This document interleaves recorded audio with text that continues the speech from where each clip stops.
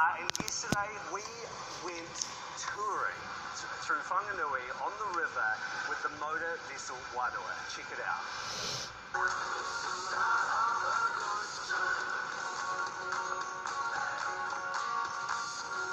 Welcome to Whanganui, last year voted New Zealand's most beautiful city.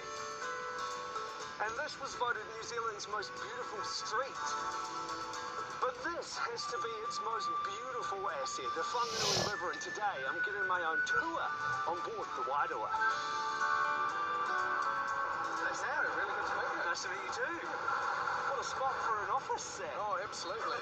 It's certainly one of the better places I've worked. So where are we? Oh, so we're down here on the edge of the Wanganui River, and behind us here is my old girl, motor vessel Wairua. How old are we talking?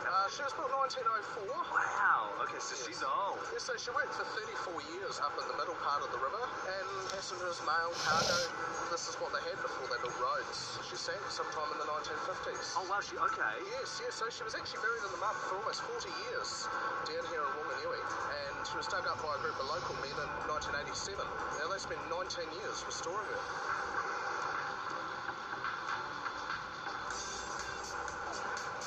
It's not just a place of work, you know, it's a place of recreation, a place of healing. There's an odd sort of spirituality almost to working on the river. I'm so impressed. I absolutely love it. Oh, it's so calm, you better have a go.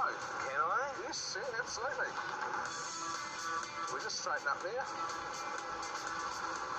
I should have brought my own little jaunty hat with me or something. Roger Charlie Bravo, this is your captain speaking. On board the Wairua. How you doing, Sam?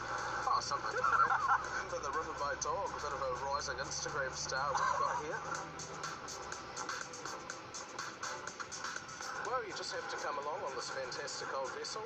Probably one of the most unique ships you could possibly find, and we've certainly got a few stories for you. It's quite fun.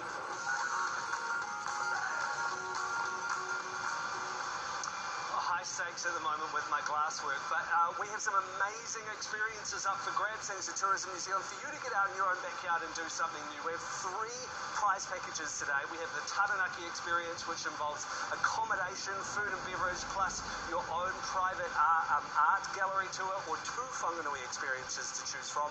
One that has flights, accommodation, food and beverage, your own chartered flight, and a trip on the Wanganui River as well with a charter boat, or an amazing experience at Blue Duck Station, which involves accommodation, a jet boat tour, and a horse trek, which I did a couple of days ago over the weekend, and I'm going to show you about that, show you that experience a little bit later on this morning. But I have got to continue going with my artwork.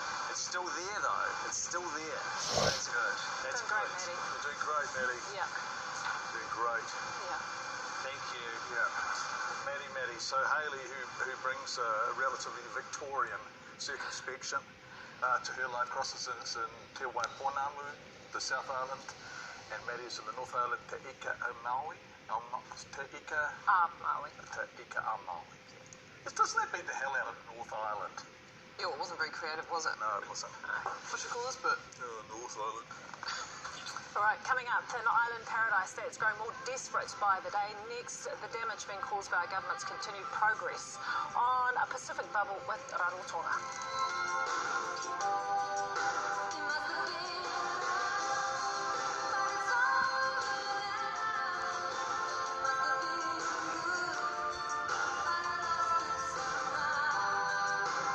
Guys, have you made your appointment yet? Yeah, tonight at 7:30. What are you getting done? Maybe a pedicure, a facial, ooh, deep air cleanse. Sounds so good. Look how shiny Nelly is. Oh, don't you scrub up well?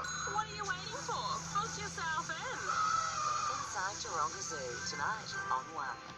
One of the first things you learn when you live out here is where to shop for the things you need to live out here. Like electric fencing, Or horse feed. or bee suits. Children. Chop food. Do you want a couple of these? Or something stylish to wear? Not everyone's got stuff like this, but at Farmlands we do, and then some. So if you need anything to help you farm, Grow, mow, dredge, Ria, come on in. because we're out here too. You get your guaranteed savings. You get an hour free power every day. don't have any contract, but you're probably wanting to drive. We're Electric Kiwi, your independent power company. We'd love for you to join us. We're Electric Kiwi. We would love for you to join us. Are your gums sore? Most oral health problems start with gum and teeth enamel. I recommend Oral-B Gum Care and Enamel Restore toothpaste. It helps revitalize gums and helps restore weakened teeth enamel. Use daily for your gums and teeth. Unconvinced by the science, try Oral-B. Liz's new job meant she had a bump in cash each month, so she and Mick bumped up their home loan repayments. Well, at least until another bump turned up. Adjustable home loan repayments from Bank of New Zealand. If your front end swings like the back end of a goanna, the tribe can get a little off centre. The nuts over at Tradie HQ have developed a nifty no-bounce pouch to keep your meat and veg secure. Tradie, the ultimate toolbox. Herbie here from HRV. Here's a pointer. Ooh. With HRV home ventilation, your home's drier, so it's cheaper and easier to heat. HRV. Love the feeling of coming home. You can start when you bar with the pub, and you can start your bar. You can start when you bar with the pub, and you can start when you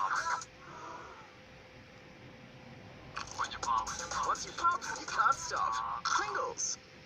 For a limited time, the Jeep 0% finance offer is available across the Jeep range. Pay 1/3 now, 1/3 in 12 months, and the final third in 24 months. Adventure awaits you. See your participating Jeep dealer today. Want dermatologically tested skincare range for your family's sensitive skin? Choose QV from Chemist Warehouse.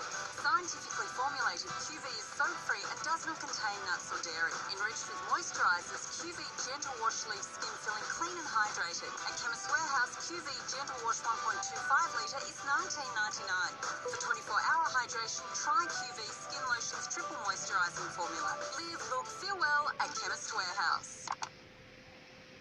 Youth breakfast. Cook Islanders are growing desperate. The country relies heavily on tourism, way more heavily than we do. It makes up almost 3/4 of its GDP, and with 70% of tourists each year coming from New Zealand, there's real frustration, exhaustion, you name it, at our government for not yet opening up a Pacific bubble. There is no COVID in the Cook Islands. There hasn't been any. We heard yesterday that airports are making moves to prepare for a Pacific bubble, but no time frame has been given. Prime Minister is stressing many factors need to be considered before we can move freely to and from countries in the Pacific. But every day of delay is causing further damage to our island neighbours. Dr. John Dunn, a laparoscopic surgeon who has flown to the Cook Islands for the last 15 years to perform operations in Rarotonga's hospital, joins us now. Dr. Dunn, it's so nice to have you here. Thank you. Thank you. What are you hearing from the Cook Islands about the impact of tourist arrivals? Well, it's, as you point out, it's almost their entire GDP is tourism. And this is more than about tourism, it's about the whole economy, which is failing. And when the economy fails, the health system will fail, the education system will fail. So they're getting a bit desperate, John. With every passing week, another business fails. They've had no revenue for 5 months now. And if 3/4 of their GDP is tourism, and the vast majority of the tourists come from New Zealand, and the businesses are failing, that means no tax revenue. So in fact, all the way along the line, this is just a terrible lot of dominoes falling, isn't it? Yeah, it's not rocket science. If we could explore 3 main themes, there's safety, there's urgency, and there's responsibility. Okay, let's explore safety. And I, because I knew I was going to do this interview today, I listened really hard to the Prime Minister and the Health Minister yesterday talk about this. So they are saying the risk is at the airport of cross-contamination, and we've seen transit passengers, say, going to Australia through Auckland from LA with COVID-19, so they're really worried about the airport. I think it's a bit of a smokescreen. I don't think it's that difficult to separate people at the airport, and fortunately they've come out yesterday and said that. Either that or leave from the domestic airport. If we could regard the Cook Islands as a domestic destination, then it'd make a whole lot easier. And it is a domestic destination. They're all New Zealanders. They're Kiwis like us, and they're suffering. It'd be great if we could regard it as Waiheke with coconuts. It's a safe place to go. We're not worried about people going from the airport to Queenstown or to Stewart Island. We shouldn't worry about them going to the Cook Islands. That's just a logistical problem. Are you saying that the safety defence is becoming disingenuous in the context of no community transmission in either country? Look, I'm reluctant to criticise the New Zealand government, who I think have done a wonderful job in containing this virus. But I think it's getting to the point where you can get too kind, worrying about the safety of the Cook Islanders. They're able to make those decisions. They have a very robust public health service, which is very conscientious and very intelligent. They're happy to accept New Zealanders to the Cook Islands because it's safe. There's no community transmission in New Zealand now. We're coming up to nearly 7 incubation periods for this nasty virus, which its incubation period is about 14 days. We haven't had community transmission for over 90 days now. So New Zealanders are not a threat to Cook Islanders, and the Cook Islands is certainly not a threat to New Zealand. There's never been a case of coronavirus there. Now, I accept everything you say there, and so therefore the next question might in fact logically be absurd. But if we look at what's happened in Melbourne and Victoria, it is such a catastrophe where you think it's gone and it's not. And that's the point the Prime Minister and the Health Minister are making. The stakes are really high here, aren't they? They are, but I would argue it's quite different from the Australian situation. In my opinion, the talk of a Trans-Tasman bubble was always unrealistic because they've never contained the virus. The virus has never penetrated the Cook Islands. Have they had a single case there? Not a single case, and you can say that reliably. There's only 10,000 people on the main island of Rarotonga. Nearly 1 in 5 of them has been swabbed. It's been tested in New Zealand. There's no virus. They're all negative. It's never got there.